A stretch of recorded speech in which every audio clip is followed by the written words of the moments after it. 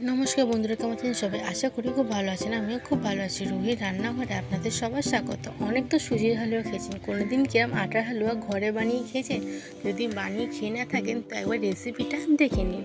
তো প্রথমে আমি প্যানের মধ্যে দিয়ে দেবো হচ্ছে ভরে ভরে 2 চামচ ঘি। ঘিটাকে আমি হালকা গরম করে নেব। এখানে কিন্তু গ্যাসের ফ্লেমটা একদম লো থাকবে। এই রেসিপিটা কিন্তু গ্যাসের ফ্লেম লো করেই হবে।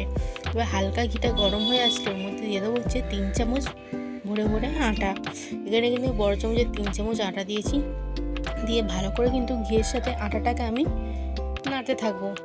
যতক্ষণ না কালচে ব্রাউন কালার চলে আসছে ততক্ষণ কিন্তু আমি ভালো করে ভাজতে থাকবো আটাটাকে ঘিয়ের সাথে। যখন দেখবেন কালচে ব্রাউন কালার চলে আসছে আর ঘিটা একটু আটাটা একটু ভাজা ভাজা হয়ে এসেছে, তখন কিন্তু আবারও দিয়ে দেবেন হচ্ছে ওর মধ্যে 3 থেকে 4 চামচ ঘি। দিয়ে ভালো করে নাড়তে থাকবেন আর একটু আটাটাকে ম্যাশ করে নেবেন যাতে না আটার কোনো ডেলা থাকে। দেখুন আমি কিন্তু ভালো করে খুন্তির সাহায্যে আটাটাকে ভালো করে ম্যাশ করে নিচ্ছি। এরপর যখন দেখবেন সাইড থেকে ঘি ছাড়তে আরম্ভ করেছে তখন কিন্তু ওর মধ্যে দিয়ে দেবেন হচ্ছে 1 গ্লাস জল। আমি কিন্তু এখানে জল অল্প অল্প করে দিয়েছি। এটা নর্মাল জল দেবেন, গরম জল দেওয়ার দরকার নেই। দিয়ে অল্প অল্প করে নাড়ছি, আবার অল্প অল্প করে জল দিচ্ছি। একবারে কিন্তু জল দেবেন না, নয়তো কিন্তু আটার ডালা পাকিয়ে যাবে। আবারও অল্প করে জল দিলাম, আবার অল্প করে আমি নাড়তে থাকছি। ভালো করে নাড়তে নাড়তে দেখবেন আটার হালুয়াটা একদম স্মুথ হয়ে আসবে। যখন দেখবেন এরা স্মুথ হয়ে আসছে, কোনো আটার ডেলা নেই, তখন কিন্তু ওর মধ্যে দিয়ে দেবেন হচ্ছে 3 থেকে 4 চামচ চিনি দিয়ে আবারও ভালো করে কিন্তু আটার সাথে চিনিটাকে নাড়তে হবে।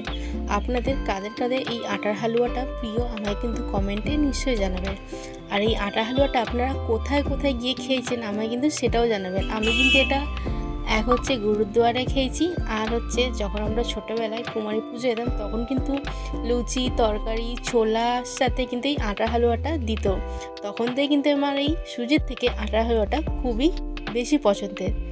তো দেখুন সাইড থেকে কিন্তু ঘি ছাড়তেও স্টার্ট করে দিয়েছে, আর কিন্তু প্যানের মধ্যে লেগেও যাচ্ছে না।